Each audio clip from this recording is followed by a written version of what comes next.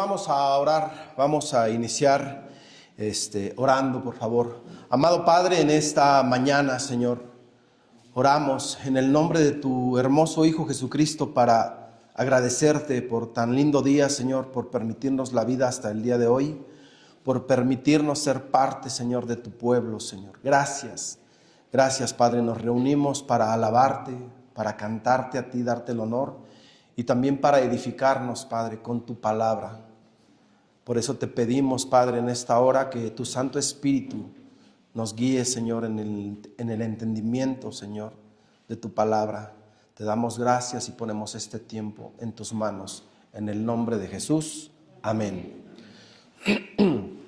Bueno, hermanos, buenos días, perdón. Vamos a buscar en nuestras Biblias el pasaje de Mateo 15, por favor. Vayan a Mateo 15. Cuando usted esté ahí, me dice amén, por favor. 16, ¿verdad? Aquí dice 15. Bueno, ok.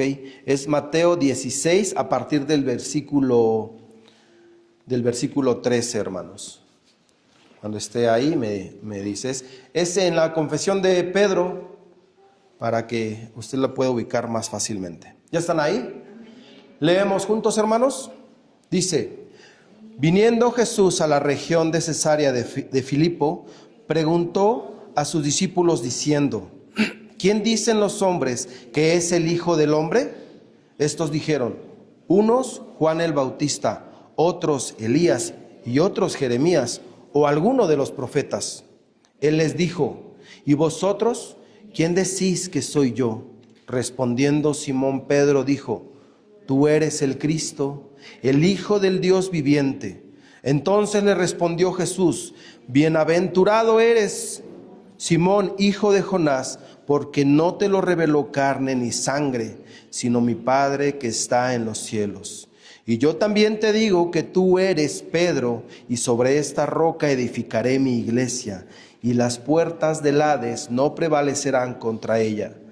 Y a ti te daré las llaves del reino de los cielos, y todo lo que atares en la tierra será atado en los cielos, y todo lo que desatares en la tierra será desatado en los cielos. Entonces, dice en el 20, terminamos ahí: entonces mandó a sus discípulos que nadie dijesen que él era el Cristo. Hermanos, hoy vamos a meditar acerca de esta parte, de esta porción de la palabra, en donde vemos claramente varios puntos importantes a resaltar. Y bueno, antes de esto yo quisiera dejar primero 3 preguntas en tu mente y que las guardes ahí sin responderlas. Estas 3 preguntas serían: ¿quién eres? ¿De dónde vienes? ¿Y a dónde vas? Son preguntas que todo ser se hace alguna vez en su vida. ¿Quién soy? ¿De dónde vengo? ¿Y a dónde voy? Quiero que de estas 3 preguntas las guardes tantito en tu corazón, en tu mente, y al final vamos a contestar esto. Perdónenme por tanto, pero es que ando todavía un poquito ahí mal de la garganta. Dice, voy a leer un poquito esta introducción que es muy, muy buena. Dice: en la vida hay muchas preguntas importantes, pero hay una que supera a todas. Y esta pregunta, hermanos, es: ¿quién es Jesucristo?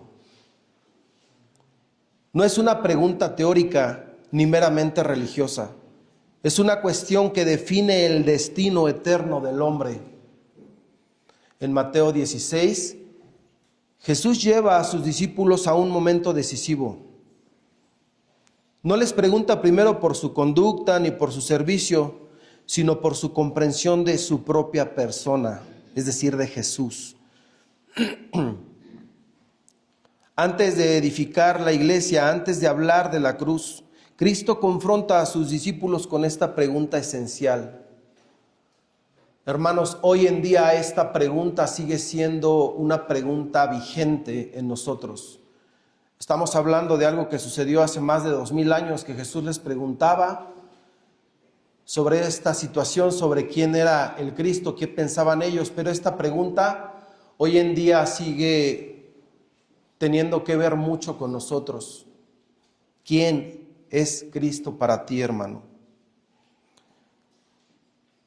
En este pasaje vamos a encontrar 3 niveles: lo que el mundo piensa, lo que los discípulos deben creer y lo que Dios mismo ha revelado a través de la Escritura acerca de su Hijo. 3 cosas importantes que debemos entender aquí. Dice el primer punto, el primer paso, dice: lo que piensan o creen los hombres de Cristo.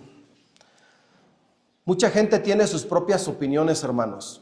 Si tú hablas con la gente hoy en día y les preguntas de Cristo, te pueden decir: sí, sé que es alguien que vino y murió en la cruz. Algunos lo tienen por un gran maestro, por un gran profeta. Pero cuando Jesús le preguntaba a sus discípulos: ¿quién dicen ustedes que soy?, no estaba buscando como que la información del mundo, como lo veía la demás gente, sino estaba tratando de confrontar a sus propios discípulos a que fueran más allá de las especulaciones o de las ideas que tenía el mundo acerca de él. Por eso hacía esta pregunta, para ver ellos qué opinaban, qué pensaban, qué había en su corazón acerca de Cristo, fuera de la percepción popular. Las respuestas que aparecen en el contexto son variadas, hermanos. Algunos decían que era ¿quién? Juan el Bautista. Otros decían que era ¿quién? Elías. Otros decían que era Jeremías o alguno de los profetas. Pero también debemos de acordarnos, hermanos, que también a Jesús en ese tiempo se le dijo que era hijo de Belcebú. Pero obviamente aquí los discípulos no quisieron decir las cosas negativas que se decían de él según la gente. Pero acuérdense que por ahí los fariseos decían que tú echaste fuera demonio, pero en el nombre del otro, del enemigo. Entonces, hay muchas opiniones populares, hermanos, pero esas opiniones no son correctas. Hay opiniones humanas basadas en la percepción, en una percepción limitada. Y esto es un error, hermanos. El hombre natural intenta definir a Cristo desde su propia perspectiva, desde cómo él lo piensa, cómo él lo percibe. Lo ven como un personaje histórico, un maestro moral o un líder religioso. Pero estas opiniones, aunque son respetuosas, son insuficientes, hermanos. Reconocen que Jesús es especial, pero no llegan a la verdad completa. Es posible tener una elevada percepción de Cristo y aún así, hermanos, estar equivocados. Podemos pensar lo mejor de nuestro Señor, hablar de Jesús, cantar de Jesús, predicar de Jesús, pero si realmente no está en nuestro corazón una forma correcta de lo que es el Hijo de Dios, tenemos un error. Y es un grave error. Especulaciones influenciadas por la cultura y la tradición, hermanos, sí, también son parte de lo que erróneamente pensamos de Jesús. Las respuestas reflejan creencias populares del momento. No nacen de una revelación divina estas especulaciones, sino de lo que otros dicen. Por eso Jesús les dice: ¿qué dicen los hombres de mí? ¿Qué dicen ellos acerca de mí? Para que ellos traten de llegar a ese punto de decir: bueno, ellos dicen esto, pero yo aquí en mi corazón, ¿qué pienso acerca de Jesús? Es una fe, hermanos, de oídas, no una convicción personal. Y tenemos que cuidarnos de eso, de que no sea solamente, creo que lo que me decía mi abuelito de Jesús es esto, sino ¿qué creo yo de Jesús? Algunos ven a Jesús solo como un buen hombre, otros como un profeta, otros como un ejemplo moral. Pero aquí hay un problema, hermanos. Hay un peligro, porque es el peligro de una opinión incorrecta acerca de Cristo. Si solamente dejamos a Cristo como un buen hombre, no hay salvación, hermanos. Si lo vemos solamente como un profeta, no hay salvación, hermanos. Si lo vemos como el mundo popular hoy lo ve como, sí, Cristo es un gran hombre, un ejemplo popular, es un maestro, lo mismo, no hay salvación. No hay redención de ninguno de nosotros, hermanos. Ninguna de estas ideas capta su verdadera identidad. El peligro de una opinión incorrecta, hermanos, es que atenta contra tu vida eterna. Cuando tú no tienes una revelación correcta de quién es el Cristo, tú te puedes quedar ahí, simple y sencillamente entendiendo que Jesús fue un gran hombre. No basta con tener una opinión sobre Jesús. Es necesario, hermanos, tenerla correcta. Una idea equivocada de Cristo nos lleva a una fe equivocada. Todo el mundo tiene fe, hermanos. Todo el mundo puede decir, yo tengo fe. Hay gente que ni cree en Dios, pero habla de la fe.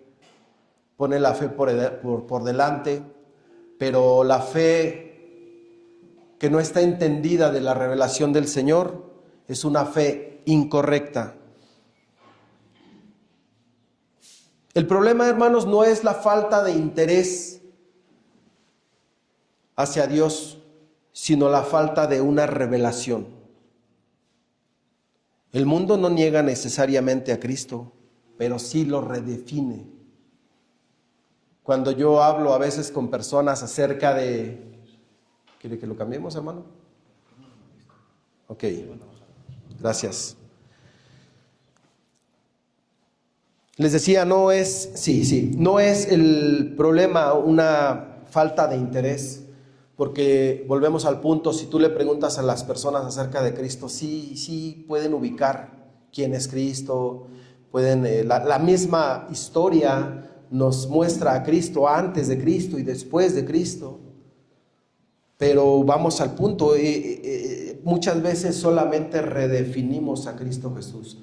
Cuando tú no conoces al Cristo de la Escritura, entonces redefines quién es Cristo. Y ese es un problema, hermanos. Hay peligro ahí. Aquí hay una verdad clave. No toda creencia de Jesucristo es una creencia salvadora. El Señor decía que tú tienes que creer. Decía, no creen, les decía a los fariseos, ustedes no creen que yo soy. Les decía, le preguntaban a los fariseos, ¿qué dices de ti mismo? Y ellos no creían.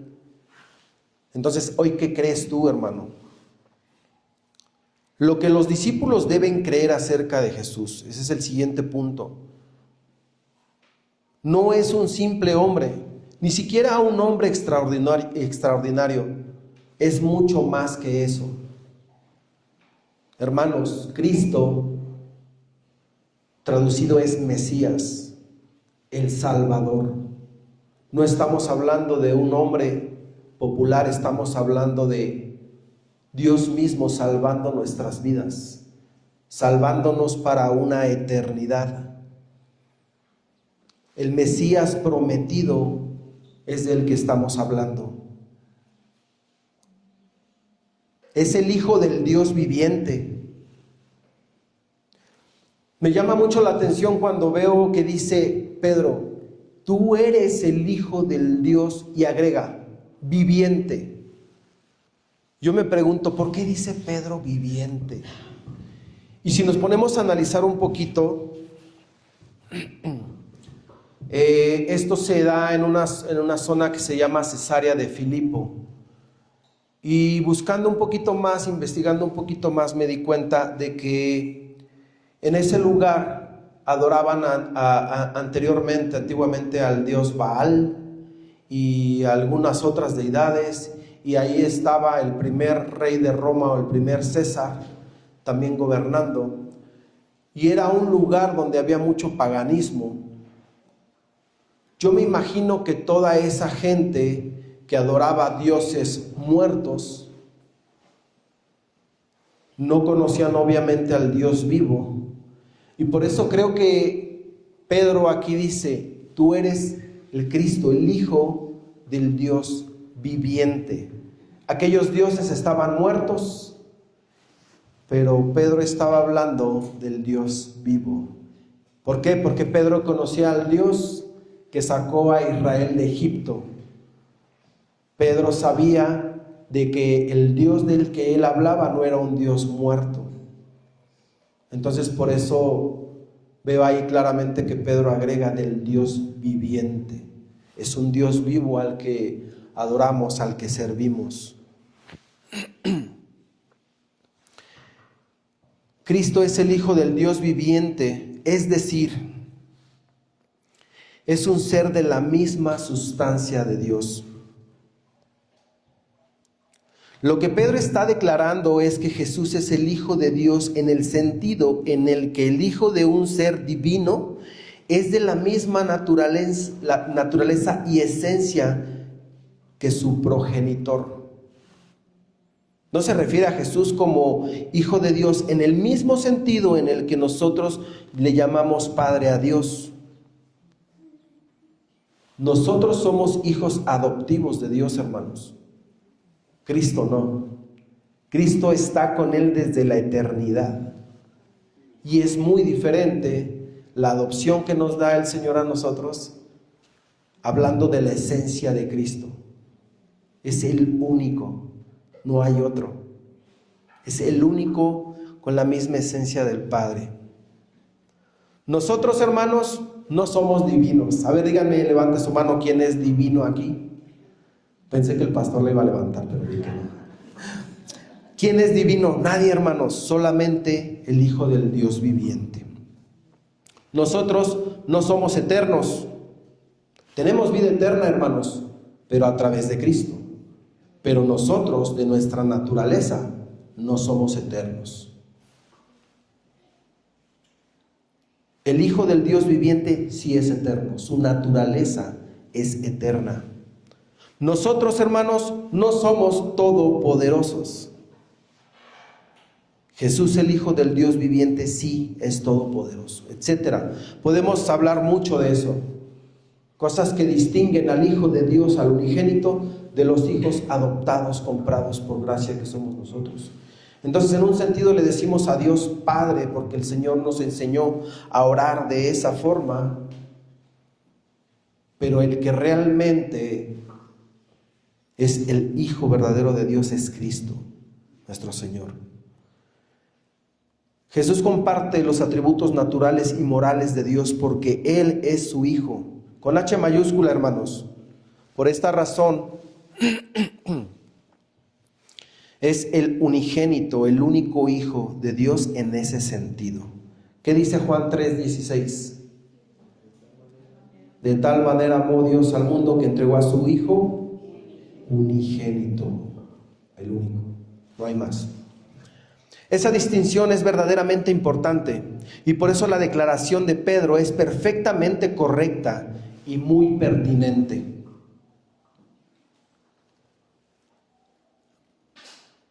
Nosotros podemos llamarle Padre a Dios porque Jesús nos enseñó a orar así, pero antes los hombres no le llamaban Padre a Dios, por lo menos no con la familiaridad que ahora le llamamos Padre a Dios, el Dios viviente y verdadero. Antes los hombres se expresaban de Dios con mucho respeto, con mucha honra, hablando de este pueblo de Israel, no como Padre, hasta que Jesús vino y les mostró cómo había de orar una persona que cree en el Señor hacia el Padre. O sea, ahí fue que se le empezó a orar de esa forma como Padre nuestro. Pero en realidad en ese tiempo el hombre se dirigía a Dios como el Señor de los ejércitos, Jehová, el Dios fuerte, el que, como dice el Señor, yo soy el que soy. O sea, no se usaba la palabra como tal para decirle Padre.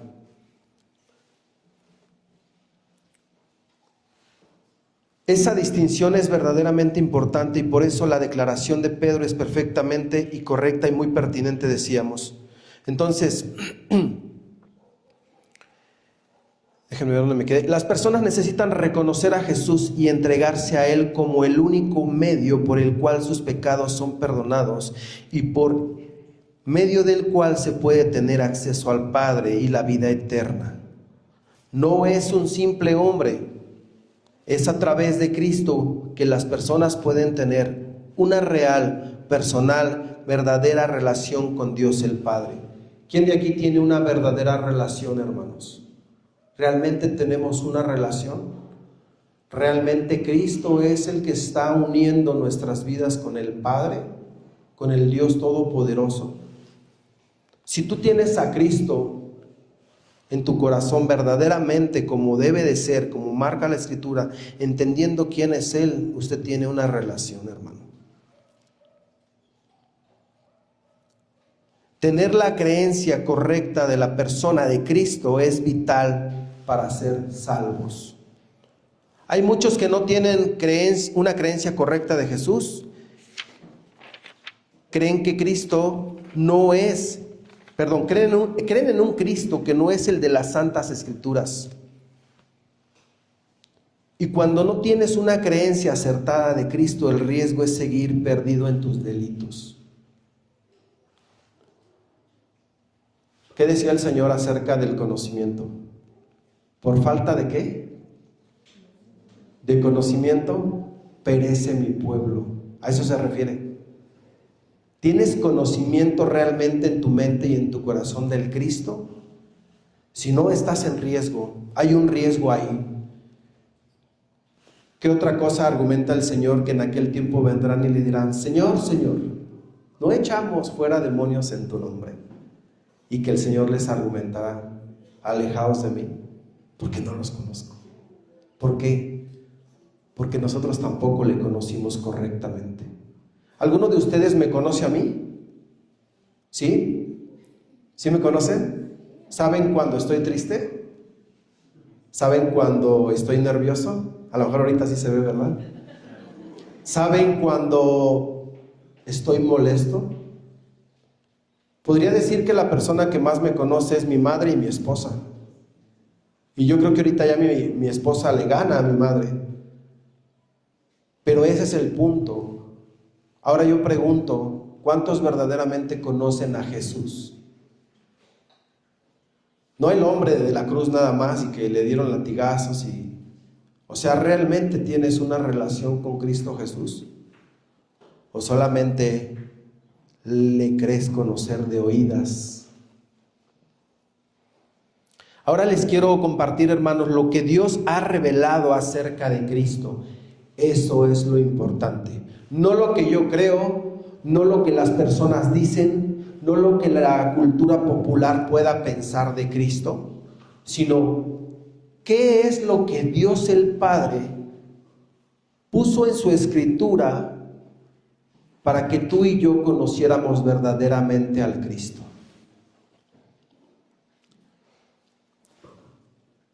Pregunto, ¿quién puede comprender y valorar quién es Jesús? Solamente aquel, hermanos, al que el Padre se lo revela. Nadie va al Padre si no es por el Hijo, ni nadie tiene al Hijo si no es por el Padre. Está ligado. No puedes conocer a Cristo. Puedes argumentar, decir, sí conozco a Cristo, pero si Dios no te ha revelado quién es el Cristo, no lo puedes entender verdaderamente. El Padre ha revelado a su Hijo para nuestro beneficio, hermanos. No es un conocimiento inventado por el hombre. Es una enseñanza que viene del cielo, de arriba. Es la noticia que Dios quiere que sepan los hombres. Esta noticia que Dios quiere que sepan los hombres, hasta los ángeles la querían difundir, pero nos fue dado a nosotros el hablar el evangelio, hermanos. No es algo que viene de la imaginación del hombre. No se trata de tener cada uno un concepto o la idea de Cristo que cada quien quiera. Se trata de conocer y adorar y servir al Cristo verdadero. Mucho tiempo yo fui católico en mi vida, hermanos. Y yo iba a la iglesia los domingos, exhortaba a mis hijos para que fueran, me sabía los cantos, pero yo no conocía al Cristo de la Escritura. Cuando yo era niño me gustaba sentarme enfrente donde estaba el crucifijo y la imagen de este, pues sí, monito colgado. Y yo veía, fíjense hasta dónde es uno de niño, ignorante y aparte de su inocencia. Yo pensaba que los clavos que traía el Señor en la cruz eran chocolates. Y yo decía que ese Señor un día baje y me dé un chocolate. O sea, esa era mi imaginación de niño. Cristo para mí no era mi Salvador, era el Señor de los chocolates. ¿Qué percepción tienes tú de Cristo?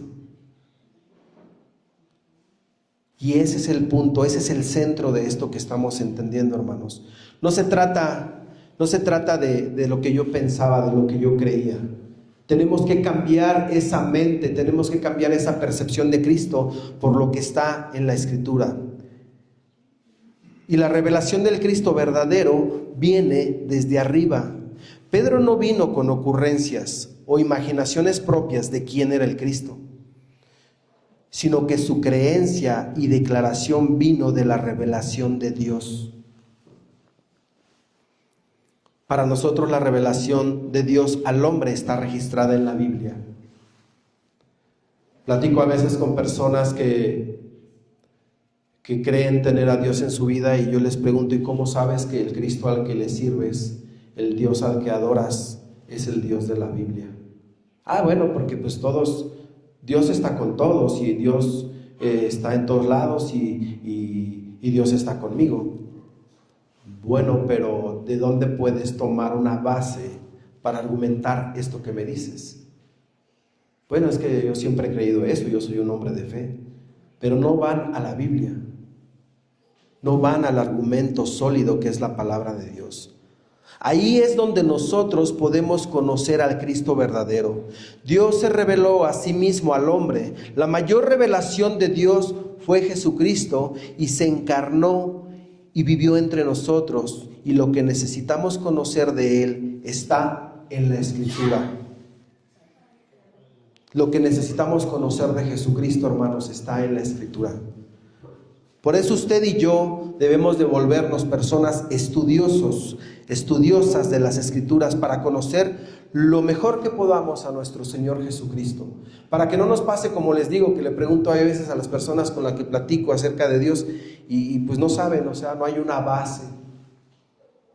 Creen en algo que a lo mejor sí se les inculcó desde niños, pero que no conocen. Y ese es el reto de todo cristiano, de toda persona que quiera conocer al Dios verdadero, es leer. Jóvenes, yo sé que los jóvenes a veces dicen, leer la Biblia es bien aburrido, hay que esforzarse. Hay que ser fuertes y valientes y esforzarse por conocer al Dios de la Biblia, a Cristo. El centro de la Biblia, hermanos, es Cristo. Si tú quitas a Cristo de la Biblia, no tiene sentido la Escritura. Solamente hablaríamos de un Dios con un pueblo rebelde que nunca pudo entender y que nunca entendimos. El centro de la Biblia es Cristo. Está en Génesis, está en todas las partes de la Biblia, al principio, en medio, al final, está Cristo. Y es lo que el Señor quería revelarnos. ¿Y qué es lo que Dios ha revelado en la Escritura acerca de Cristo? La Escritura presenta a Cristo como el centro de la revelación de Dios, el cumplimiento de su plan redentor. Desde el Antiguo Testamento, Dios anticipa su venida mediante promesas, figuras y profecías. El descendiente de la mujer que vencería el mal, ¿se acuerdan? En Génesis 3:15, ¿sí se acuerdan? El siervo sufriente de Isaías y el rey mesiánico del linaje de David. Eso es por nombrar algunos ejemplos en donde se presenta, se muestra a Cristo en la Escritura. El siervo sufriente. ¿Se acuerdan de este hombre, el etíope, que quería entender de quién habla la Escritura? ¿De sí mismo o de alguien más? Y que Felipe es enviado, ¿se acuerdan de esa parte? Felipe es enviado para precisamente mostrarle a este etíope a Jesús. ¿Y qué hace el etíope después de que entiende quién es el siervo sufriente? Dice, ¿qué impide que me bautice? Aquí hay aguas. Ese sí arrebató la bendición, hermanos. ¿Quién más quiere arrebatar la bendición de bautizarse entendiendo quién es el Cristo? Ojalá sean muchos.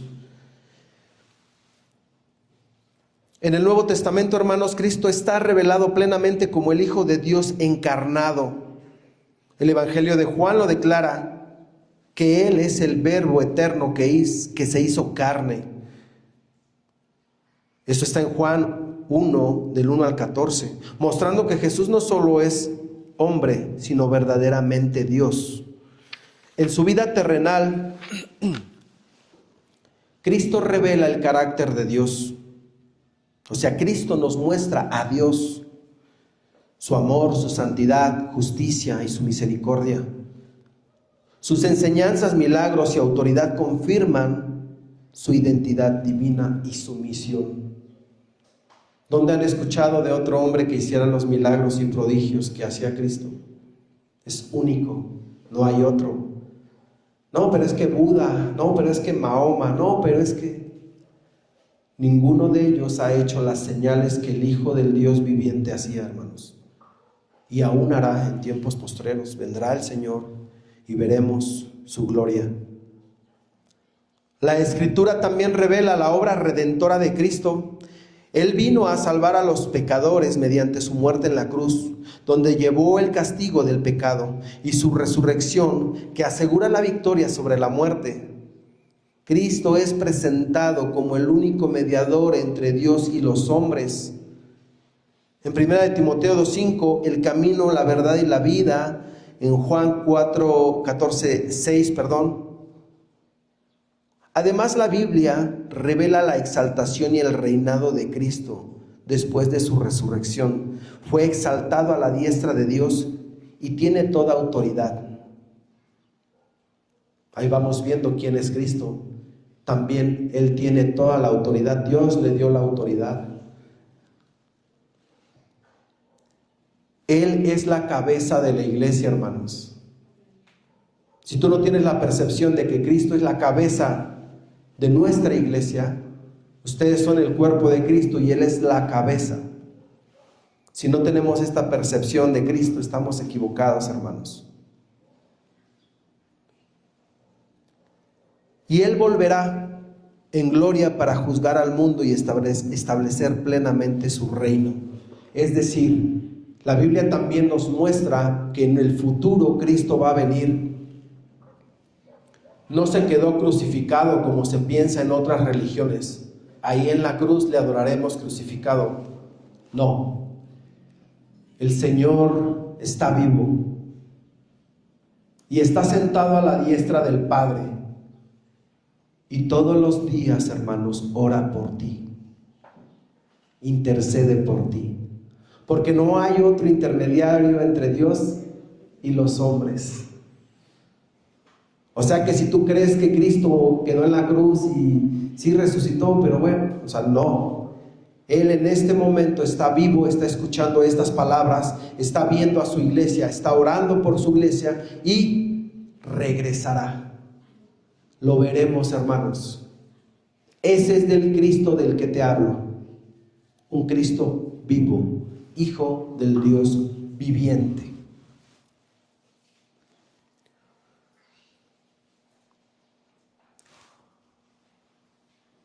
El apóstol Pablo reafirma esta enseñanza.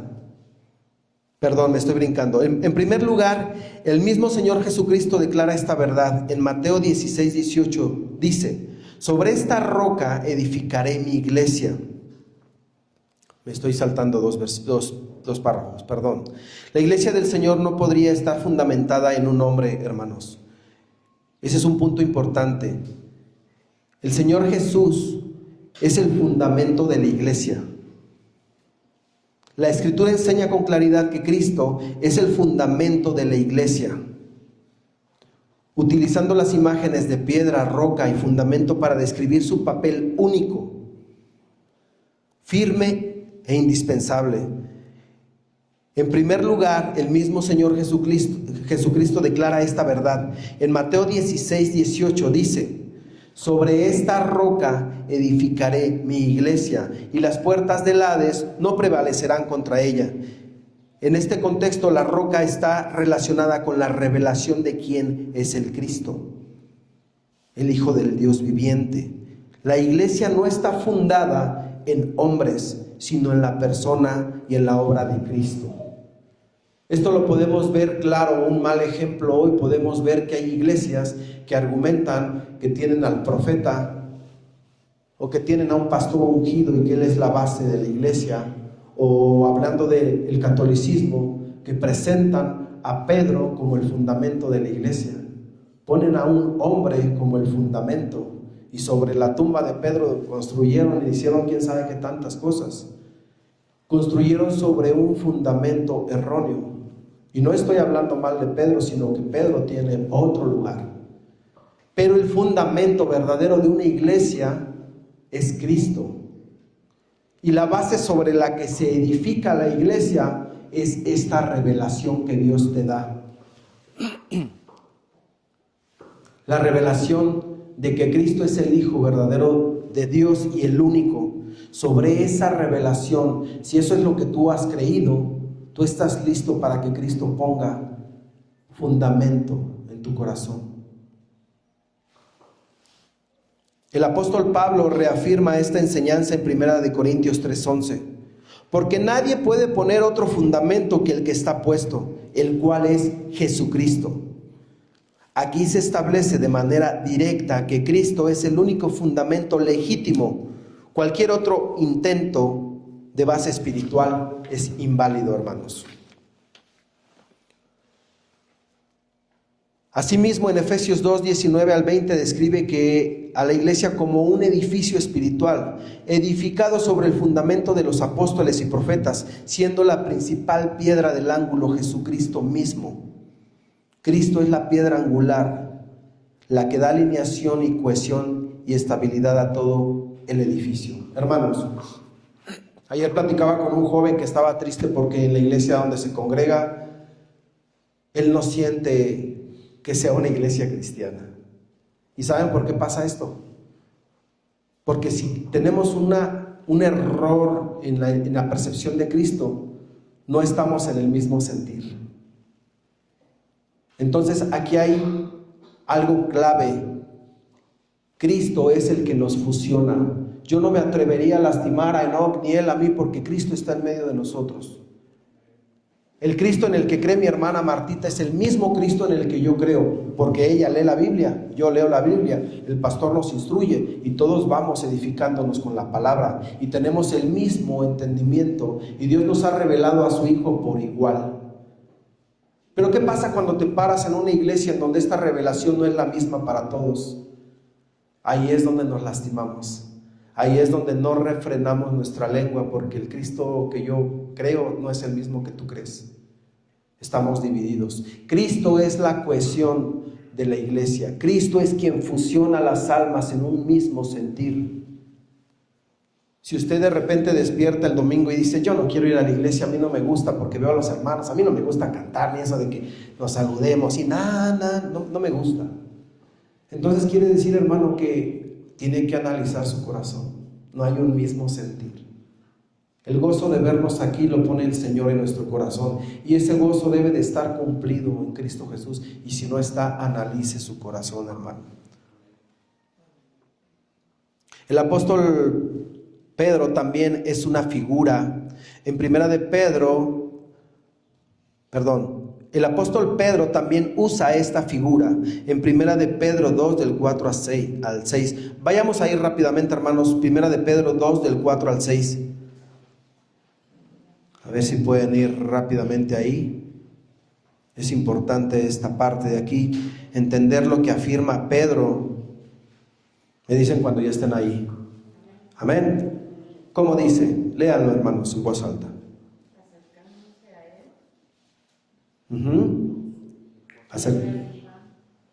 Sí. Desechada ciertamente por los hombres, mas para Dios escogida y preciosa. Así es. Nosotros también, como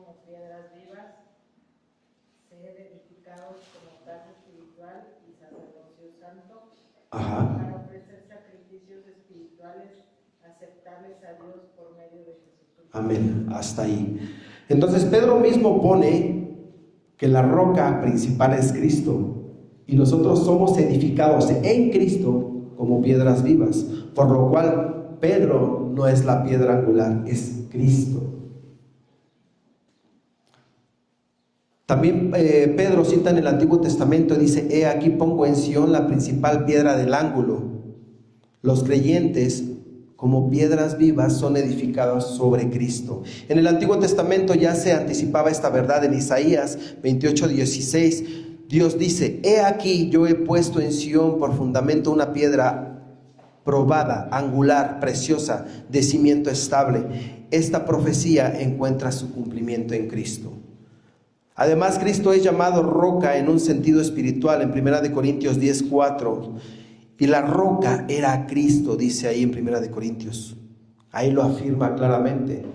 No dice y la roca era Pedro o una persona. Y la roca era Cristo, mostrando que Él ha sido siempre el sustento del pueblo de Dios. La Biblia enseña que Cristo es el fundamento, la roca firme y la piedra angular de la iglesia. Todo el edificio espiritual descansa sobre Él. Y solo en Él hay estabilidad, unidad y salvación. Por eso es importante, volvemos al punto, estudiar la palabra para que tengamos verdaderamente una iglesia unida, entendidos en un mismo sentir lo mismo, hermanos, por Dios y por el cuerpo de Cristo. En 1 Corintios 3:11 afirma que el único fundamento es Cristo. Efesios 2:20 enseña que Cristo es la piedra angular. 1 de Pedro 2:6 presenta a Cristo como la piedra principal escogida por Dios. Sin embargo, esto no minimiza el papel de Pedro. Él fue un líder clave entre los apóstoles. Predicó en Pentecostés en Hechos 2. ¿Cuántos se convirtieron después de la predicación de Pedro? ¿Se acuerdan? ¿Cuántos eran? 3,000 o más de 3,000, ¿no? Entonces Pedro no es como que no sea importante, juega un papel muy importante al igual que los otros apóstoles. Él fue usado poderosamente por Dios. En ese sentido, Pedro puede verse como una piedra importante dentro del edificio, pero no como el primer fundamento. Cuando Jesús dice: tú eres Pedro, reconoce su papel y función en la iglesia naciente, pero cuando habla de esta roca, apunta principalmente a la revelación de su identidad. Yo te digo que tú eres Pedro, y sobre esta roca, es decir, sobre esta revelación que Dios te acaba de dar, sobre cada persona que Dios le dé esa revelación de quién soy yo, sobre eso edificaré mi iglesia. La iglesia que derriba las puertas del Hades, es decir, que el dominio de la muerte no puede contra ella. Pero es esa revelación la que es el fundamento, la que es la base. La iglesia no está edificada sobre un hombre, hermanos, sino sobre Cristo, la roca firme. Por otra parte, si en Pedro no se edifica la iglesia, ¿por qué el versículo 19 dice: y a ti te daré las llaves del reino de los cielos, y todo lo que atares en la tierra será atado en los cielos, y todo lo que desatares en la tierra será desatado en los cielos? ¿Por qué dice eso? Si Pedro no es... La iglesia católica tomó esto: Pedro es el que tiene las llaves, Pedro es el bueno, Pedro es todo, y lo pusieron en el lugar de Jesús. Pero entendimos mal la escritura ahí. En la Biblia las llaves simbolizan autoridad delegada para abrir o cerrar accesos. Un ejemplo es Isaías 22:22, donde se habla de la llave de la casa de David como autoridad administrativa. Así, cuando Jesús dice a Pedro: te daré las llaves del reino de los cielos, está otorgando una función especial de liderazgo para proclamar la apertura del evangelio. Esto se ve claramente en Hechos. donde les digo, se añadieron como 3,000 después de la predicación, porque Dios ya le había dado las llaves, y no solo a Pedro, sino a todos los apóstoles, para que predicaran el evangelio y las puertas de los corazones duros se abrieran y entrara el Rey de Gloria, el Espíritu Santo, a estas personas, y en verdad entendieran quién era el Cristo. Cuando yo intento evangelizar a una persona, siempre en mi mente está, si aceptó, qué padre, estoy contento, no, pero si no aceptó, en mi mente queda esto: le dejé las llaves de la entrada a la gloria de Dios en su mesa, punto. No me mortifico más. Antes hasta me ponía a llorar, hermanos, cuando alguien no quería al Señor, pero ahora digo, no, le dejo las llaves en la mesa. A lo mejor de momento no entendió nada, no quiso. Oye, ¿quieres recibir a Cristo Jesús en tu corazón? ¿Quieres que Él necesito pensarlo. Una vez fui a visitar a un hermano, no era hermano, una persona que estaba enfermo, y yo dije, está en un momento decisivo de su vida, tiene que aceptar a Cristo, sí o sí. Y su argumento fue, no estoy listo ahorita. Volvemos al punto. Sé que Cristo es el Hijo de Dios, sé que Cristo murió por mis pecados, pero tanto sé eso que no quiero tomar esta decisión a la ligera. Dije, bueno, pero vuelvo al punto. Yo dejé la llave ahí. El Señor nos da esas llaves para que vayamos, evangelicemos y dejemos llaves. Tal vez esa persona no murió, no falleció, se compuso, gloria a Dios, pero posiblemente después, en un momento fuerte, diga, ¿cómo pude atreverme a rechazar al Señor? Y lo reciba. Ojalá. La llave está ahí. Ahí está la semillita. Fuimos llamados a sembrar. Pero aquí vemos claramente que Dios entonces da las llaves, simbolizan esa autoridad de poder darle a la gente la apertura de conocer el Evangelio. En Hechos 2, Pedro abre el reino a los judíos con su predicación en Pentecostés. En Hechos 10, abre el acceso a los gentiles en la casa de Cornelio. Entonces, claro, hermanos, que no hablaba el Señor de que Pedro fuera la base de la iglesia, que Pedro, porque tiene las llaves, aparte estas llaves es para todos, y hoy en día tú también tienes llave, como les decía, para cuando predicas el Evangelio. Entonces, ¿qué significa atar y desatar? Estas expresiones eran muy comunes en el judaísmo y se referían a declarar permitido o prohibido, o a tomar decisiones con autoridad espiritual. Aquí implica que Pedro y luego los demás apóstoles tendrían autoridad para proclamar el Evangelio, establecer enseñanza doctrinal y 3, ejercer disciplina en la comunidad. Y eso sigue vigente. Eso hoy mismo sigue vigente. El orden de la iglesia tiene que ver con eso. La proclamación del Evangelio, establecer enseñanza doctrinal, es decir, no nos vamos a hacer una idea de lo que no está en la Biblia, sino vamos a aprender exactamente lo que la Escritura enseña. Y la otra es ejercer una disciplina en la comunidad. Tenemos figuras de autoridad como nuestro pastor, diáconos. Eso sigue vigente. Eso es lo que Cristo le estaba mostrando a Pedro, le estaba dando esa autoridad. Ahora, es importante aclarar que esta autoridad no fue exclusiva solo de Pedro. Jesús da la misma autoridad de atar y desatar a todos los discípulos. Esto muestra que Pedro tiene un papel destacado, especialmente en el inicio. Pero la autoridad pertenece al conjunto apostólico y en extensión a la iglesia bajo la palabra de Dios. Hermanos, ¿somos una iglesia bajo la palabra de Dios? ¿Nos estamos adhiriendo realmente a lo que el Señor quiere? Si es así, gócese. Así debe de ser. Una iglesia sana es la que está bajo la palabra de Dios. Pedro recibe autoridad, pero no reemplaza a Cristo. La Escritura sigue afirmando que Cristo es el único fundamento. En 1 Corintios 3:11, Él es la piedra angular, Efesios 2:20. Pedro mismo reconoce esto en 1 de Pedro 2, del 4 a 6. Creo que aquí redunda un poquito, pero donde apunta a Cristo como la piedra principal. Mateo 16:19 enseña que Pedro recibió autoridad genuina y un papel clave en el inicio para abrir el evangelio a diferentes grupos. Sin embargo, esa autoridad es delegada, compartida con los apóstoles y subordinada a Cristo. Cristo está acá, Pedro quedó abajo y tiene que obedecer. Quien sigue siendo el fundamento y la cabeza de la iglesia, Cristo. Ahora vamos al punto donde dice lo que no debía revelarse del Cristo aún, de Cristo aún. El versículo 20 dice, mandó a sus discípulos que nadie dijese que Él era el Cristo, que Él era Jesús el Cristo. ¿Por qué creen que les pidió que callaran, hermanos, si Él era el Cristo? La gente en ese tiempo estaba buscando, como ya lo sabemos, a un líder político. No estaba buscando a un rey que los salvara espiritualmente.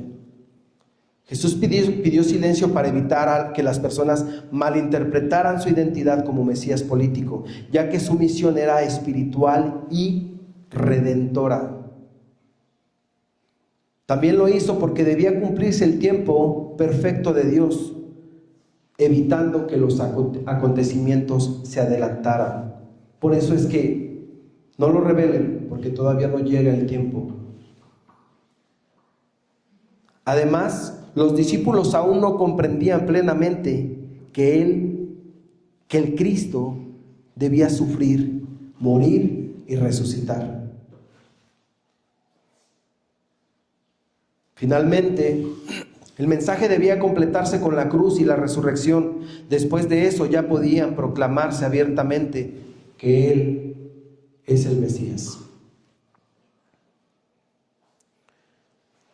La pregunta, hermanos, final, la conclusión final es, la pregunta de Jesús sigue resonando hoy. ¿Y vosotros, hermanos, quién decís que sois? Dice el Señor. No podemos refugiarnos en lo que otros piensan, hermanos. La fe verdadera no se basa en opiniones humanas, sino en la revelación divina. Pedro respondió correctamente porque el Padre se lo reveló. Esa misma revelación sigue siendo necesaria hoy. No basta admirar a Cristo, ni respetarlo, ni hablar bien de Él. Es necesario reconocerlo como el Mesías, el Hijo del Dios viviente. Hoy cada uno debe responder personalmente, porque de nuestra respuesta depende no solo nuestra doctrina, sino nuestro destino eterno, hermanos.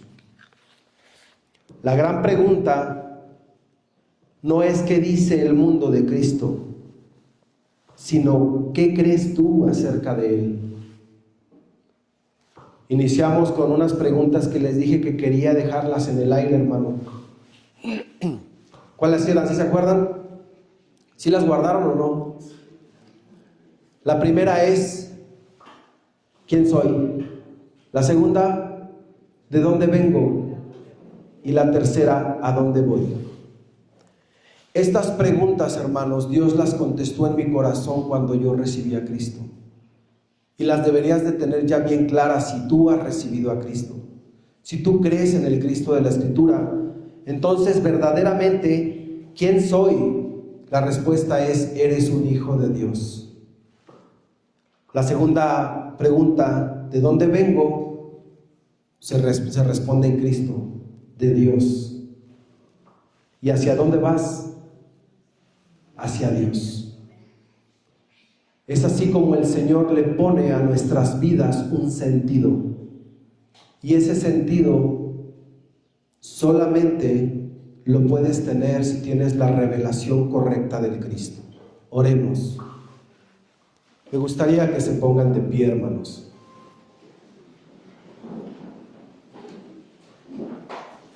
Si alguien no ha recibido nunca a Cristo en su corazón, si alguien no tenía la correcta percepción de Cristo, hoy es el día en el que el Señor te quiere dar esa revelación.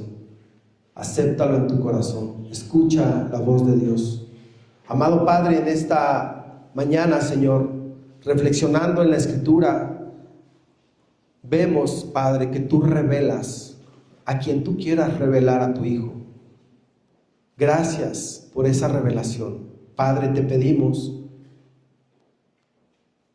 que esa revelación sea la base de nuestro crecimiento, que esa revelación sea el por qué amo a mi hermano, que esa revelación sea el por qué sirvo en la iglesia, que esa revelación me ayude a derribar mis vicios, mis pecados, mi maldad. Reconocemos, Padre, que tú nos has llamado justos, pero no somos justos, pero que esa revelación haga en nuestro espíritu el ser hombres y mujeres de paz, de justicia y de amor. Padre, te pido por cada uno de mis hermanos que están aquí presentes, para que ellos en esa revelación sean edificados. Y si alguna persona aquí no ha recibido verdaderamente a Cristo con este entendimiento de la revelación de quién es el Hijo de Dios, hoy yo te invito a que ores conmigo. Amado Dios, en esta mañana declaro que Cristo, tu Hijo, es mi Dios. Creo en Él firmemente. Creo que no murió en la cruz y ahí se quedó, sino que tú lo levantaste y le diste un lugar sublime. Creo que Él perdona mis pecados, que en la cruz Él pagó por mis pecados, y creo que puedo pedir perdón por todos mis errores, arrepentirme, y creo que con el poder de tu Espíritu Santo puedo cambiar mi vida, mi mente y mi ser. Tu palabra, Señor, ha revelado al Cristo, y yo creo en el Cristo de la Escritura. Te agradecemos, Dios mío, este tiempo. Te agradecemos, Señor, por habernos dado a tu único, el unigénito Hijo del Dios viviente. En el nombre de Jesús oramos. Amén.